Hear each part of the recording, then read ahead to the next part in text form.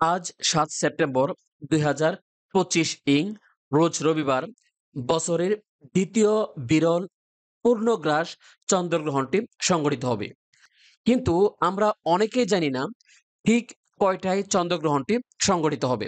চন্দ্রগ্রহণটি কত সময় যাবৎ স্থায়ী হবে, কোন কোন স্থান থেকে চন্দ্রগ্রহণটি দেখা যাবে, বাংলাদেশের কোন বিভাগে ঠিক কয়টায় চন্দ্রগ্রহণটি দেখা যাবে, তাছাড়া ভারতের কোন প্রদেশে কখন চন্দ্রগ্রহণটি দেখা যাবে, তাছাড়া বাংলাদেশের কোন জেলায় কখন চন্দ্রগ্রহণটি দেখা যাবে সে সম্পর্কে গুরুত্বপূর্ণ তথ্য পাবেন আজকের এই ভিডিও ডিটেইলের মাধ্যমে। সূর্য ও চন্দ্রগ্রহণ নিয়ে যুগ যুগ ধরে মানুষের মনে কৌতূহলের কোনো শেষ নেই। প্রত্যেক বছরই বিশ্ববাসী সূর্যগ্রহণ ও চন্দ্রগ্রহণের সাক্ষী হয়ে থাকেন। এই গ্রহণ শুভ না অশুভ, এই গ্রহণ মানুষের জীবনে কেমন প্রভাব ফেলতে পারে তা নিয়ে বিভিন্ন ধরনের সংস্কার এবং কুসংস্কার সমাজে প্রচলিত রয়েছে। তবে এত কিছুর মধ্যেও এই মহাজাগতিক দৃশ্য আমাদের প্রত্যেককেই আলাদাভাবে আনন্দ দেয়। জ্যোতিষ অনুসারে সূর্যগ্রহণ ও চন্দ্রগ্রহণ অত্যন্ত গুরুত্বপূর্ণ ঘটনা।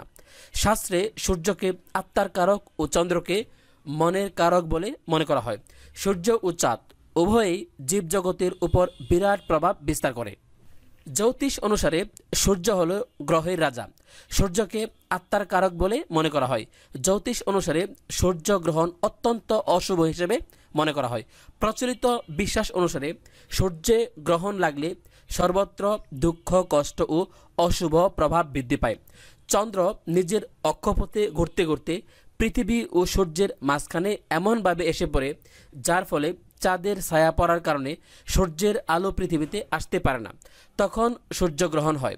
তবে পুরাণ অনুসারে রাহু সূর্যকে গিলে ফেলে, তাই আকাশ থেকে কিছু সময়ের জন্য সূর্য হারিয়ে যায়। তবে রাহুর গলা কাটা থাকার জন্য একটু পরে আবার ফিরে আসে সূর্য। প্রসঙ্গত, চাঁদ, সূর্য ও পৃথিবী একই সরল রেখায় থাকাকালীন বিরল মহাজাগতিক ঘটনা হিসাবে সূর্য ও চন্দ্রগ্রহণ উঠে আসে। এই সূর্য ও চন্দ্রগ্রহণকে ঘিরে একাধিক পৌরাণিক কাহিনী রয়েছে। শুধু ভারতে নয়, বিশ্বের একাধিক দেশে এই সমস্ত কাহিনীতে ভর করে বহু প্রচলিত তথ্য ও ভাবনা থেকে যায়। ভারতের একাধিক রাজ্যে সূর্যগ্রহণকে কেন্দ্র করে বিভিন্ন কুসংস্কার প্রচলিত রয়েছে। অনেকেই মনে করেন গ্রহণের সময়, অর্থাৎ সূর্য বা চন্দ্রগ্রহণ যাই হোক না কেন, সেই সময় খাবার খাওয়া, রান্না করা শুভ নয়। পৌরাণিক কাহিনীতে এই সূর্য ও চন্দ্রগ্রহণ নিয়ে বহু গল্প রয়েছে। ভারতের পাশাপাশি বিশ্বের অনেক দেশেও এই গ্রহণকে অশুভ বলে মনে করা হয়। বহুকাল থেকে প্রচলিত ধারণা অনুসারে কোরিয়ানরা মনে করেন সূর্যকে চুরি করে নিয়ে গেছে কোনো এক রাক্ষসী কুকুর। কোরিয়ান লোকসঙ্গীতে এই সূর্যগ্রহণকে নিয়ে বহু সুর বাঁধা হয়েছে। পশ্চিম আফ্রিকার বেনিন ও টুগে উপজাতির মানুষেরা বিশ্বাস করেন যে গ্রহণ মানে সূর্য ও চন্দ্রের মধ্যে ক্রমাগত যুদ্ধ। প্রাচীন গ্রিসের পৌরাণিক কাহিনীতে মনে করা হতো সূর্যগ্রহণের ঘটনা মানেই কোনো না কোনো দেবদেবী রুষ্ট হয়েছেন, যার ফলে কোনো দুর্যোগের আশঙ্কা করা হতো। সূর্যগ্রহণ ও চন্দ্রগ্রহণের সময় গর্ভবতী মহিলাদেরও একাধিক নিয়ম মেনে চলতে বলা হয়। এই সময় তাদেরকে বাড়ির বাইরে যেতে নিষেধ করার পাশাপাশি কিছু না খাওয়ারও পরামর্শ দেন জ্যোতিষরা। এই সময়ে মন্দির বন্ধ রাখা হয়, পুজো অর্চনাও করা হয় না। গ্রহণের পর গোটা মন্দির বা বাড়ি গঙ্গা জল দিয়ে ধুয়ে দেবদেবীর মূর্তিকে শুদ্ধ করে তবেই পুজো করা হয়। সূর্যগ্রহণ হোক বা চন্দ্রগ্রহণ, হিন্দু ধর্ম ও জ্যোতিষ শাস্ত্রে উভয়কেই অশুভ বলে মনে করা হয়। তাই এ সময় কিছু নিয়ম মেনে চলার পরামর্শ দেওয়া হয়েছে, যাতে সূর্যগ্রহণ ও চন্দ্রগ্রহণের কুফল এড়ানো যায়। গ্রহণের সময় কিছু খাওয়া বা পান করা উচিত নয়। এছাড়াও তুলসী পাতা খাদ্যদ্রব্যগুলিতে রাখতে হবে, যাতে গ্রহণের খারাপ প্রভাব না পড়ে। গ্রহণের সময় নেতিবাচক শক্তি বৃদ্ধি পায়, যা ব্যক্তির মনেও প্রভাব ফেলে। তাই এ সময় বড় কোনো সিদ্ধান্ত নেবেন না, তর্ক এড়িয়ে চলুন, সম্ভব হলে ভ্রমণ করবেন না। সূর্যগ্রহণের সময় যতটা সম্ভব ঈশ্বরের উপাসনা করুন। সূর্যগ্রহণের সময় মন্দিরের দরজা বন্ধ রাখুন। চন্দ্রগ্রহণের পর স্নান করে দান করুন। গরিবদের দান করলে গ্রহণের অশুভ প্রভাব কমে যায়। গর্ভবতী মহিলাদের গ্রহণের সময় খুব সতর্কতা অবলম্বন করা উচিত। তারা যেন ঘর থেকে বের না হন, কোনো কিছু কাটাকাটি না করেন, কোনো ধরনের খাবার যাতে না খায়, সূর্যগ্রহণের সময় যাতে বাড়ির বাইরে বের না হয়, ইত্যাদি নানা ধরনের কুসংস্কার আমাদের সমাজে প্রচলিত রয়েছে। অনেকেই বলে থাকেন চন্দ্র বা সূর্যগ্রহণের সময় গর্ভবতী মা যদি কোনো কিছু কাটাকাটি করেন তাহলে কান কাটা, নাক কাটা বা প্রতিবন্ধী বাচ্চা জন্ম নেয়। তো এখন আমরা জানবো বাংলাদেশের কোন বিভাগে চন্দ্রগ্রহণটি কখন শুরু হবে, কেন্দ্রীয় গ্রহণ কখন এবং চন্দ্রগ্রহণটি কখন শেষ হবে। প্রথমে আমরা ঢাকা বিভাগের চন্দ্রগ্রহণের শুরু এবং শেষ এই সময়সূচি সম্পর্কে জেনে নিব। ঢাকা বিভাগে চন্দ্রগ্রহণ শুরু হবে রাত ৯টা ২৭ মিনিটে, কেন্দ্রীয় গ্রহণ রাত ১২টা ১৪ মিনিটে এবং গ্রহণ শেষ হবে রাত ৩টা ৩০ মিনিটে। এখন আমরা ময়মনসিংহ বিভাগের চন্দ্রগ্রহণের শুরু এবং শেষ কখন সে সম্পর্কে জেনে নিব। ময়মনসিংহ বিভাগে চন্দ্রগ্রহণ শুরু হবে রাত ৯টা ২৭ মিনিটে এবং কেন্দ্রীয় গ্রহণ রাত ১২টা ১৪ মিনিটে এবং গ্রহণ শেষ হবে রাত ৩টা ৩০ মিনিটে। অর্থাৎ ঢাকা বিভাগে যখন চন্দ্রগ্রহণ শেষ হবে, ময়মনসিংহ বিভাগে ঠিক তখনই চন্দ্রগ্রহণ শেষ হবে।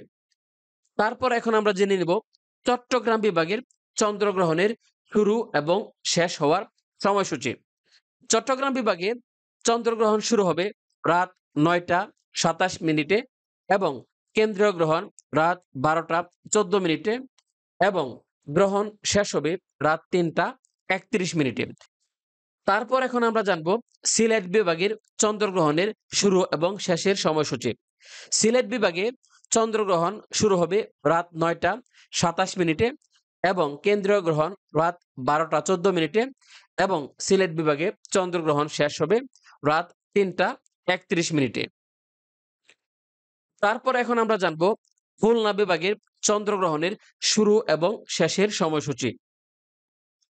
খুলনা বিভাগে চন্দ্রগ্রহণ শুরু হবে রাত ৯টা ২৭ মিনিটে এবং চন্দ্রগ্রহণের কেন্দ্রীয় গ্রহণ রাত ১২টা ১৪ মিনিটে এবং গ্রহণ শেষ হবে রাত ৩টা ২৮ মিনিটে। অর্থাৎ খুলনা বিভাগে চন্দ্রগ্রহণ শেষ হবে রাত ৩টা ২৮ মিনিটে। এখন আমরা বরিশাল বিভাগে চন্দ্রগ্রহণের শুরু এবং শেষ হওয়ার সময়সূচি সম্পর্কে জেনে নিব।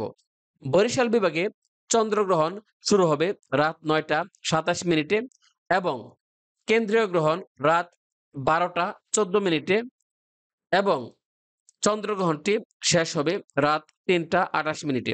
অর্থাৎ বরিশাল বিভাগে চন্দ্রগ্রহণ শেষ হবে রাত ৩টা ২৮ মিনিটে। এখন আমরা রাজশাহী বিভাগের চন্দ্রগ্রহণের শুরু এবং শেষ হওয়ার সময়সূচি সম্পর্কে জেনে নিব। রাজশাহী বিভাগে চন্দ্রগ্রহণ শুরু হবে রাত ৯টা ২৭ মিনিটে, কেন্দ্রীয় গ্রহণ রাত ১২টা ১৪ মিনিট এবং রাজশাহী বিভাগে চন্দ্রগ্রহণ শেষ হবে রাত ৩টা ২৯ মিনিটে।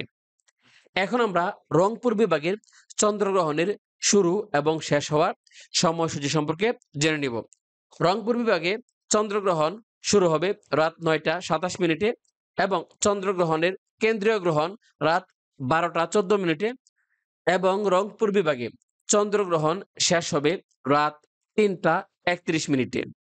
এখন আমরা জানব বাংলাদেশ ও ভারতে ঠিক কয়টায় চন্দ্রগ্রহণটি সংঘটিত হবে এবং কত ঘন্টাব্যাপী এই চন্দ্রগ্রহণটি স্থায়ী হবে, ঠিক কয়টায় গ্রহণটি শেষ হবে। আংশিক গ্রহণ শুরু হবে রাত ৯টা ২৭ মিনিটে, পূর্ণ গ্রহণ শুরু হবে রাত ১১টা ২৪ মিনিটে, গ্রহণের মধ্যভাগ রাত ১২টা ১৪ মিনিটে, পূর্ণ গ্রহণ শেষ রাত ১টা ১৮ মিনিটে, আংশিক গ্রহণ শেষ রাত ২টা ২৭ মিনিটে, গ্রহণ সম্পূর্ণ শেষ রাত ৩টা ৩০ মিনিটে। তো প্রিয় ভিউয়ার্স, এই ছিল ২০২৫ সালের দ্বিতীয় বিরল চন্দ্রগ্রহণের সময়সূচি, সঠিক এবং নির্ভুল সময়সূচি।